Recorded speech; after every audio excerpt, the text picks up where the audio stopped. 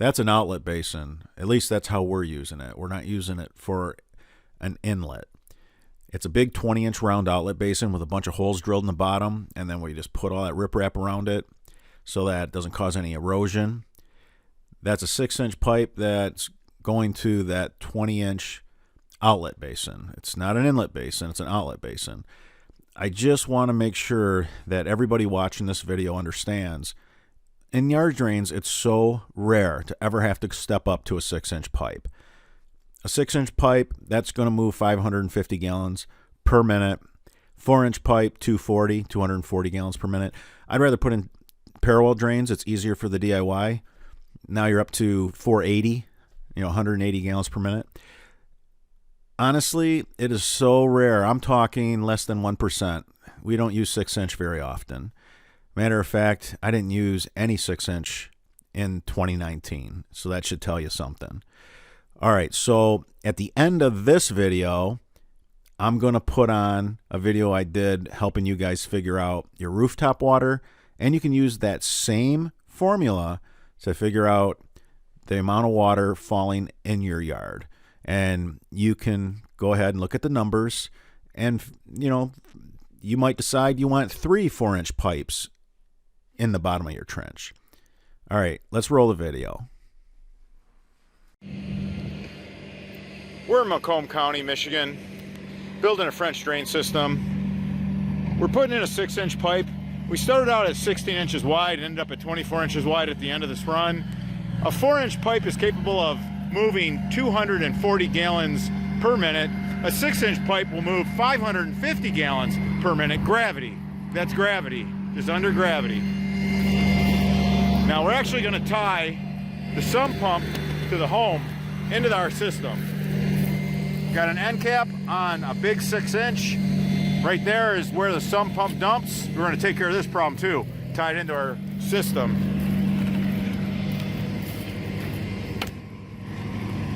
Over here where the trench gets really, really large, we're running riprap.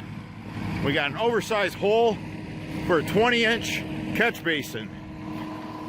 This is going to really move some water.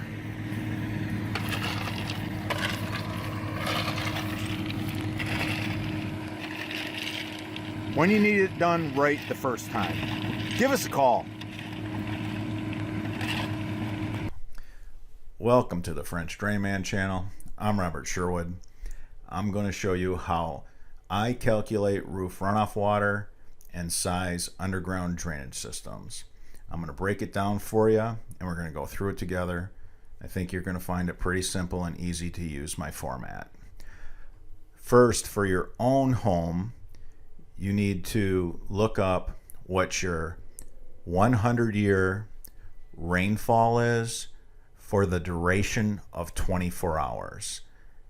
And I'm going to show you the table that I'm using for my area. You're going to find that my 100-year rainfall for a duration of 24 hours totals 5.13 inches, and you'll see it in the table. So if you're in Michigan and you're in the Detroit area or surrounding area, you can use this. So if you're outside of Michigan, look this up. This is available to everybody. You're going to need it. And there's probably going to be a few people that say, oh, 100 years, how often is that going to happen? Well, I'm here to tell you. I've seen it twice now in my adult lifetime, and I fully expect to see it at least one more time while I'm still working doing yard drainage. So however they got this figured, I don't know, but it's supposed to be a 1% chance each year that we could see the 100 year. But I've already seen it twice. So that's in 33 years. So I'm just letting you know, size your systems for this. How to calculate roof runoff water and size your underground drainage system. Now, I don't like making things complicated. I'm a simple guy. I'm going to show you the format that I use. I find this to be quite simple for me. I hope it is for you guys. Of course, comments will be left open. let me know if I need to be clear with something. So let's get started. So you start by taking the area of the roof. And I'm going to use an example. So say I have a rooftop and it's 40 feet by 100 feet. Now, in order for this to work, because they measure rain in the United States in inches, so if you're in Canada, if you're dealing with the metric system, obviously go to your units, but you have to have consistency. In our case, it has to be all done in inches. So I have 100 feet and I need to convert that to inches. Well, there's 12 inches in a foot. So we're going to times 100 by 12 and get 1200. We're going to do the same thing with the 40 feet. We're going to times it by 12 inches and we're going to get 480. Now we're going to put that 100-year rainfall to use here.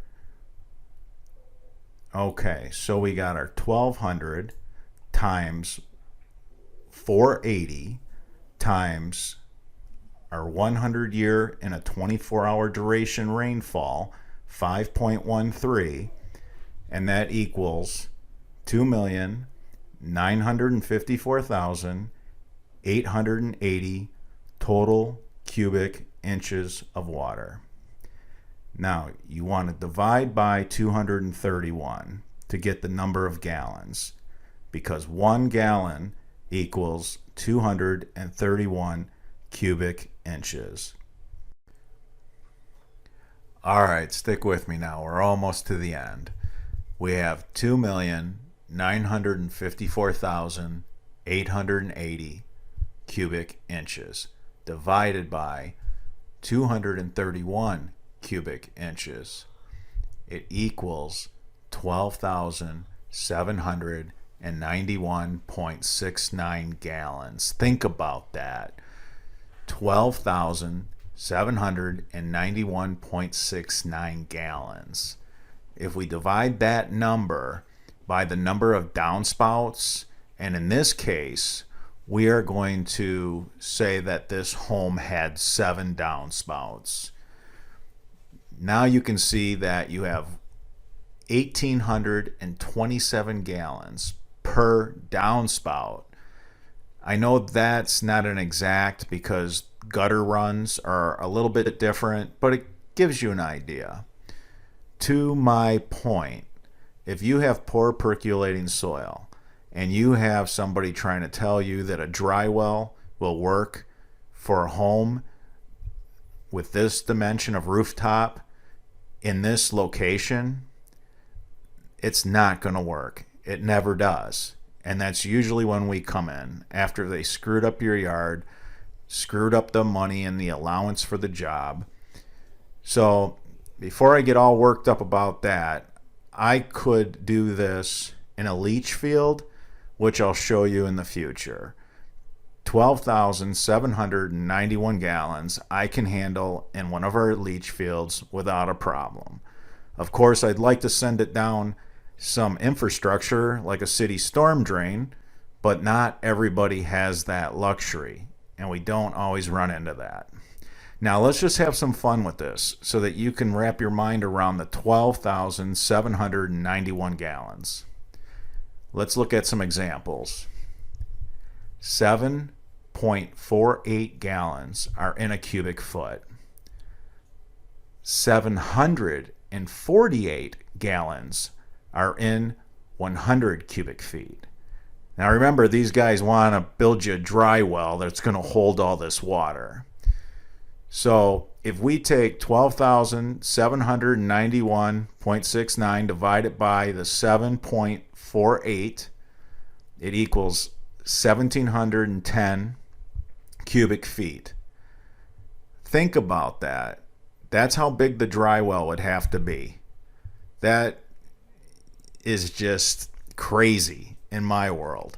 So these contractors that want to tell you that one size fits all, I'm telling you, leach fields, French drains, yard drains One size does not fit all. You need to know how to do this. Okay, so let's have a little more fun here. So 27 cubic feet is in a cubic yard. Take 1710, divide it by the 27 cubic feet that's in a yard, and you end up with a little more than 63 yards. Now, we've all done some yard work where you order 2 or 3 or maybe as much as 5 yards of bark mulch and topsoil. Imagine a dry well that you have to dig out 63 yards to handle this roof runoff. It's ridiculous and it's unfortunate. But now you at least know how to calculate your roof runoff water so you can see what kind of water you're dealing with. I hope this helped you guys. I'm getting a lot of questions. I'm going to start doing more of this for you, and I'm going to break it down as simply as I can. If you didn't catch this on the first time, go ahead, watch it again, save it. Watch it later when you have time to figure out your roof runoff water and build the system that you need to handle your 100-year in your area. Until next time, let's all work hard to do it right the first time.